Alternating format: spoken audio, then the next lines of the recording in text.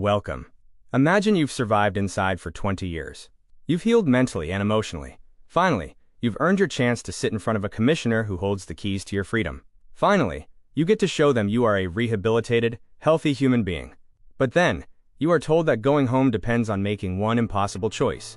You can stay in the general population, where you know the rules, where you know how to survive, and where you know you can stay safe. You can debrief on those people you've built healthy relationships with and go to a sensitive needs yard and show the board you've changed. But the reality? It's a bait and switch. Data shows that SNY populations exploded into chaos. Protective custody, or SNY, became yards often with more senseless violence than the general population. It feels like a rescue. The board offers you SNY like the lifesaver in a stormy ocean.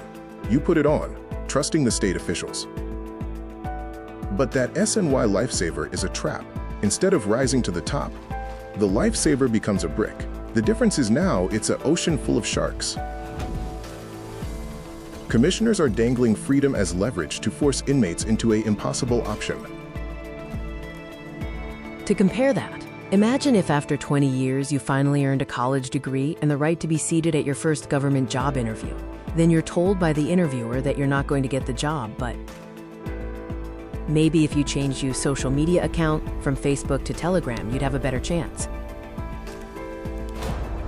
Is it coincidence commissioners recommend SNY like a lifesaver? Aren't they trained to search facts? Law review experts analyzing Ashker versus Governor call a state-created danger to the SNY trap. They are using your freedom as leverage to force you into a dangerous environment. If you say no, you have no insight into your crime. If you say yes, you might not survive to see your parole date. They aren't searching for rehabilitation. They test submission, even if it costs your freedom. Why? Because the board is stacked with former wardens and police chiefs. They didn't just read the research. They wrote the playbook. They know SNY is a worser than GP because they were the ones creating it. How can they not know about SNY when most are probably the wardens who created it? So is this incompetence or calculation? Legal experts call it a state-created danger. They use your freedom as leverage to force you into a crossfire. When the board demands you go to SNY, they aren't asking if you want to be safe. They are asking if you are willing to bleed just to check their, quote, compliance box. We've linked the violence stats and the Gladiator School reports in the description. Read the proof yourself.